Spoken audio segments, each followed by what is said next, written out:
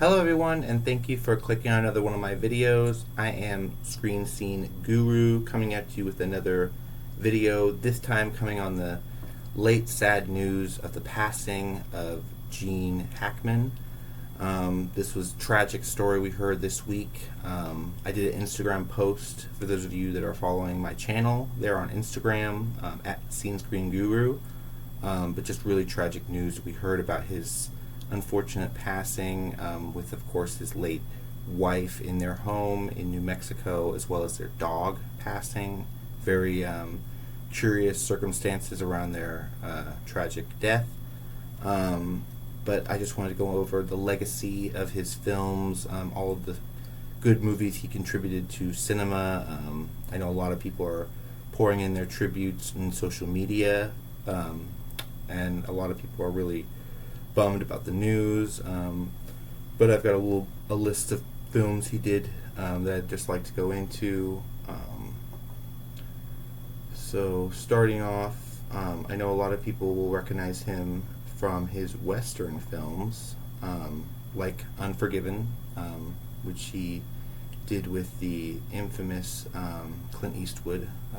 So a lot of people are going to immediately go back to those. I know you all have your lists of films that you love him from. I just have a short list just to go over my personal few preferences.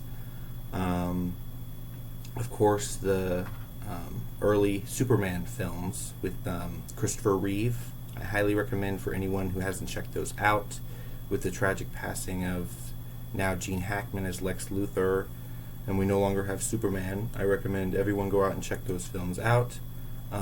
Maybe not so much episode 4, but you should definitely check out the first 3 Christopher Reeve Superman, as well as Wyatt Earp. I definitely recommend you guys checking out that. The Firm with it had Tom Cruise in it. He starred along with Tom Cruise, so a lot of well-known actors starred with him, moving up their career through the echelon as he started to age out.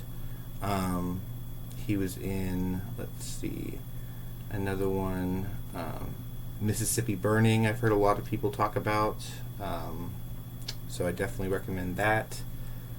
Just going through a very long catalog of films, guys, trying to pick out ones I recognize. We've got Young Frankenstein.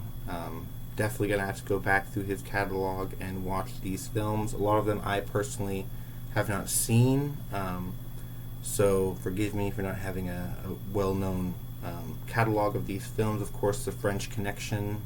He got his film repertoire in, starting in Bonnie and Clyde and other films like that, and moved up the echelon of films. There's certainly a whole lot of films I have yet to see of his, but just to name off a few: The Quick and the Dead, with a young, I believe it was, let's see,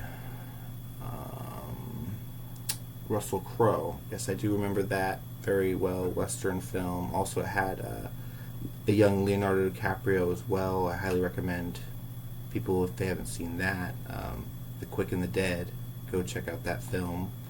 I remember that film from my childhood a lot more than I remember Tombstone, with Kurt Russell, but I loved watching that as well, growing up. But just crazy to see all the stuff he's been in. Ants, the movie Ants, if you guys are remembering that, the animated movie, he played a voice role in that. Just a whole host of films, including the Royal Tenenbaums. He played the dad, Royal, in the Royal Tenenbaums. I have that on Blu-ray, so I'll probably be doing a rewatch soon of that. But let me know, what do you guys think of the news? Have you guys heard about it? It's been circulating for the past week in the trades. So I just wanted to shout out to RIP his family, his loved ones. He does have kids that follow in his legacy. So I'm hoping that they're dealing with all of the grief that it comes with losing both parents.